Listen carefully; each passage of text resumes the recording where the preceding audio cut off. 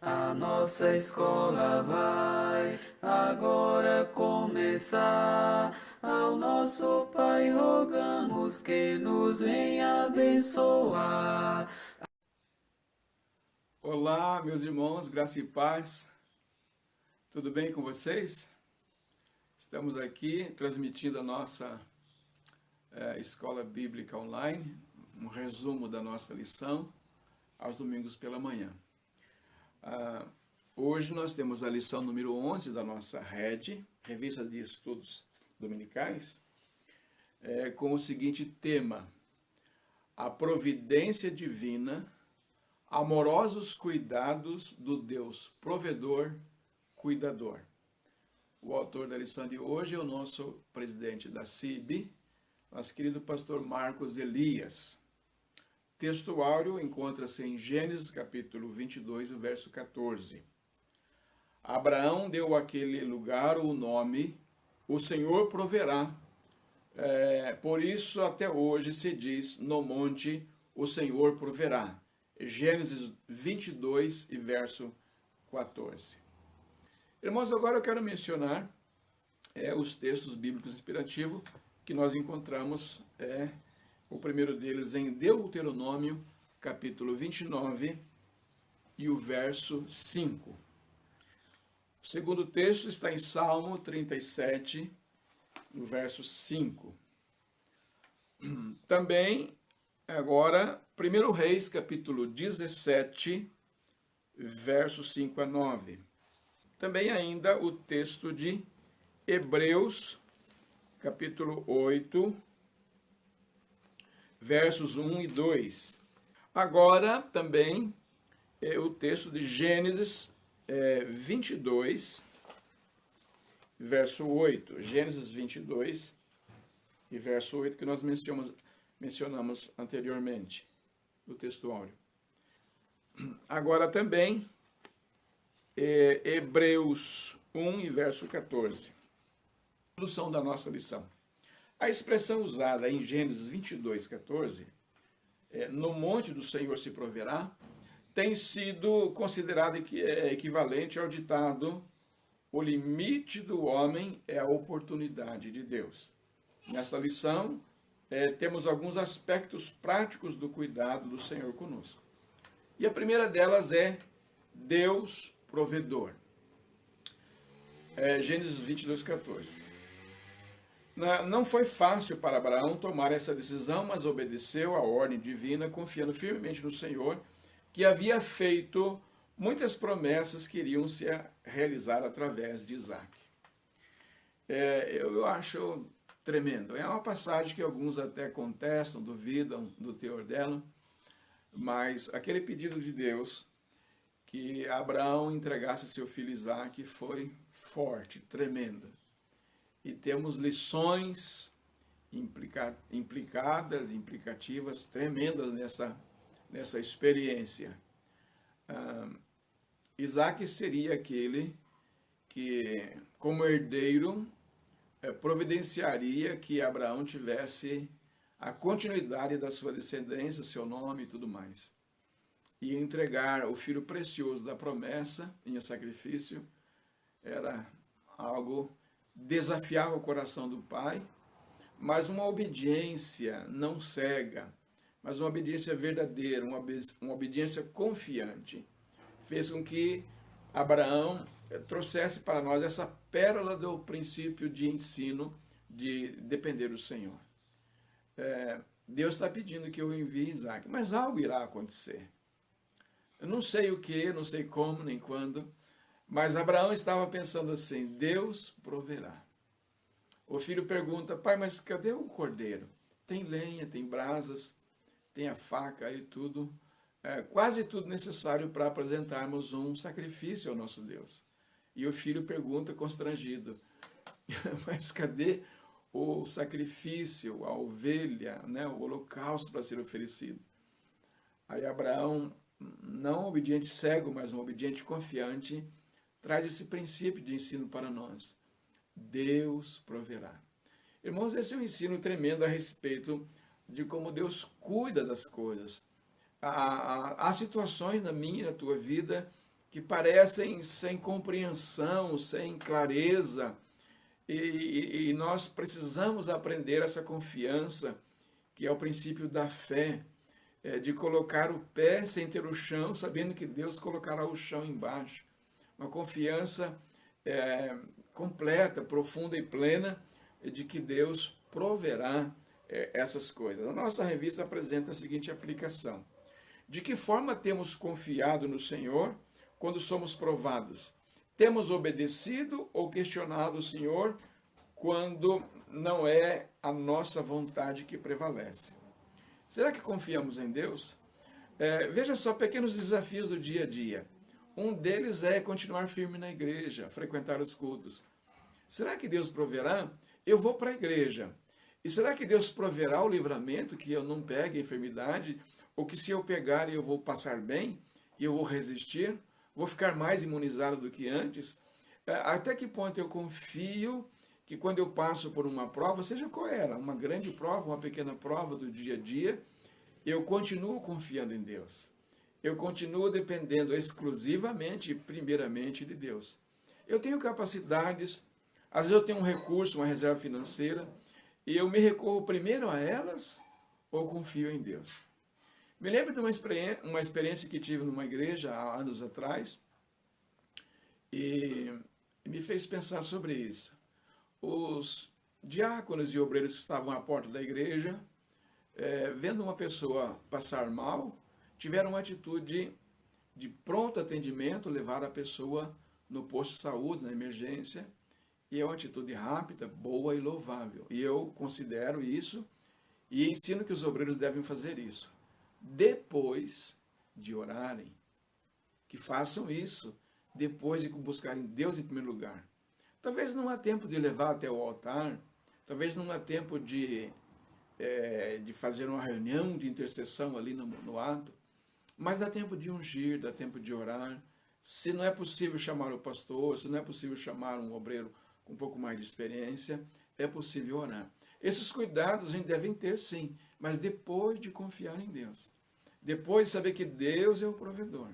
Então nós recorremos ao médico, recorremos às finanças, recorremos às nossas reservas, recorreremos às nossas experiências para nos safar, digamos assim, de situações difíceis, mas só depois de recorrermos a Deus.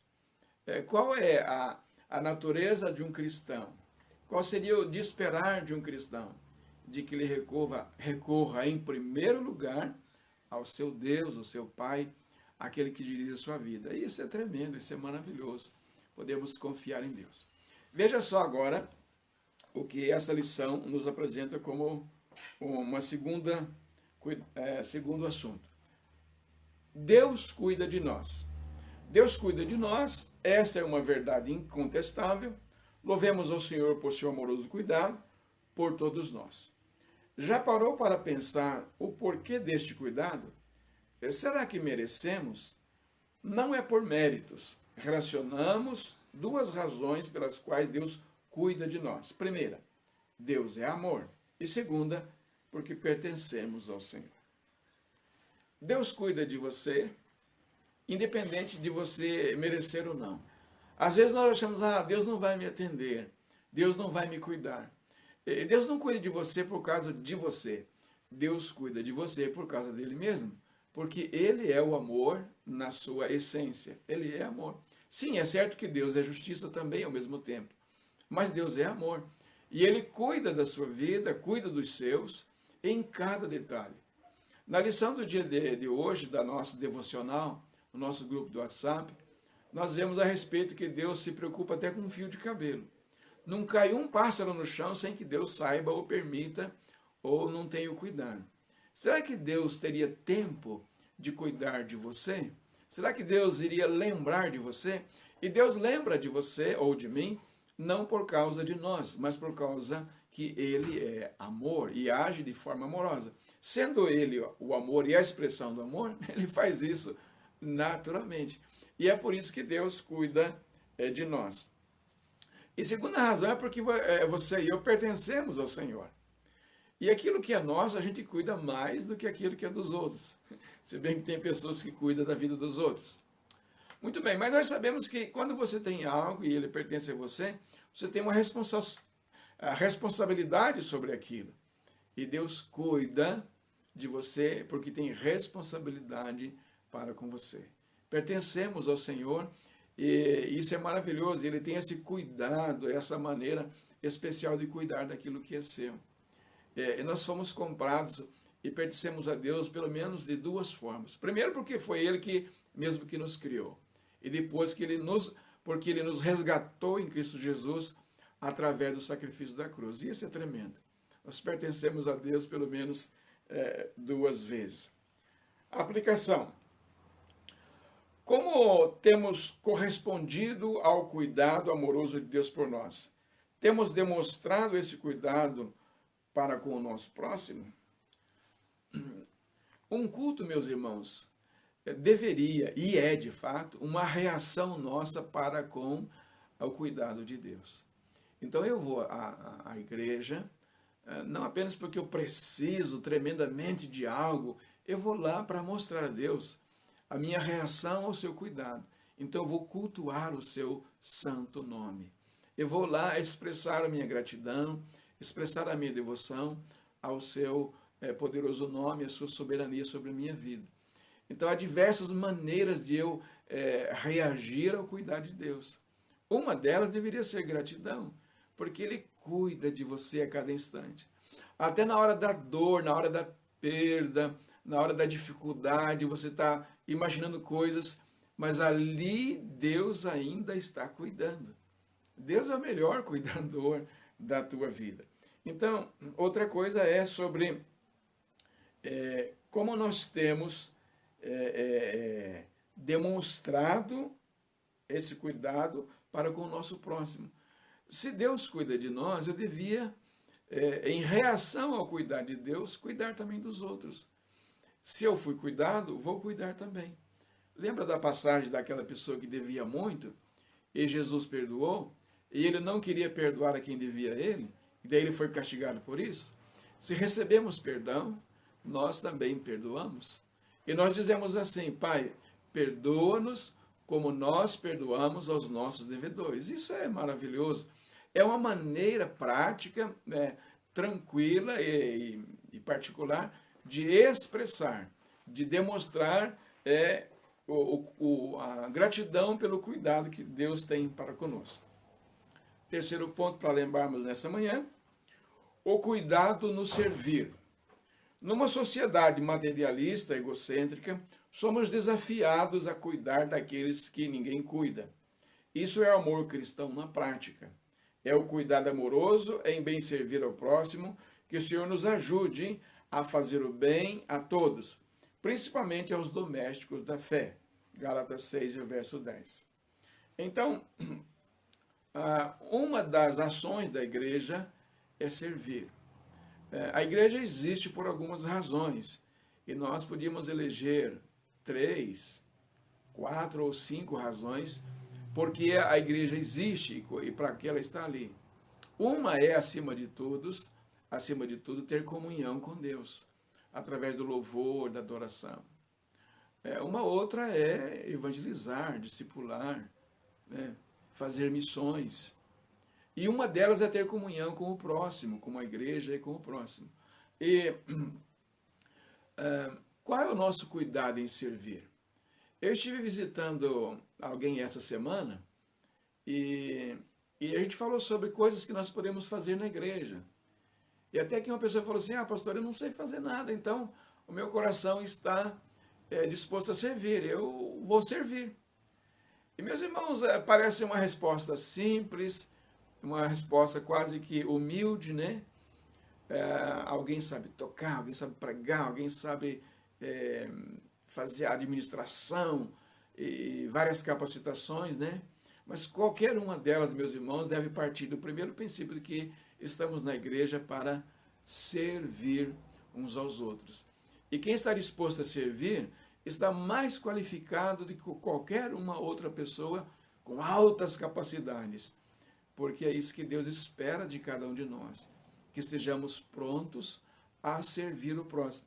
Que adiantaria nós sermos bem servidos por Deus, guardados por Deus, se nós não tivéssemos a capacidade de servir ao nosso próximo. Aplicação. De que maneira podemos demonstrar a nossa fé em atitudes de serviço? Que alcance nós temos aos necessitados? Compartilhe aí a sua maneira de pensar sobre esse assunto. Então, é isso que nós temos mencionado nessa manhã. Pensar num Deus cuidador, num Deus provedor é algo tremendo. Por mais difícil que você esteja passando uma grande prova na sua vida, no seu casamento, na sua empresa, você não pode abandonar a ideia de que Deus está cuidando. Talvez você fale assim, eu não gosto do jeito que Deus está cuidando. Talvez eu também não goste, mas Deus está cuidando da melhor maneira. Nesse momento, eu quero lembrar que Abraão estava levando o seu filho para matá-lo, para sacrificá-lo. E Abraão falou assim, Deus, eu não gosto do jeito que você está fazendo. Você podia fazer isso comigo de outra forma mais suave, mais confortável, não me deixar tão desesperado. Eu pergunto, a situação que você passa hoje é tão desesperadora como matar seu próprio filho? Pois é. Abraão não disse para Deus assim, olha, eu não gosto da maneira como o Senhor está me tratando. Não, ele falou assim, eu confio que Deus proverá. Então que seja essa a tua atitude no dia de hoje, sabendo que Deus é provedor e cuidador e que Ele vai prover. Conclusão aqui da nossa revista de hoje. O Senhor cuida de nós através do seu amor e fidelidade. Somos gratos por seus livramentos e bênçãos.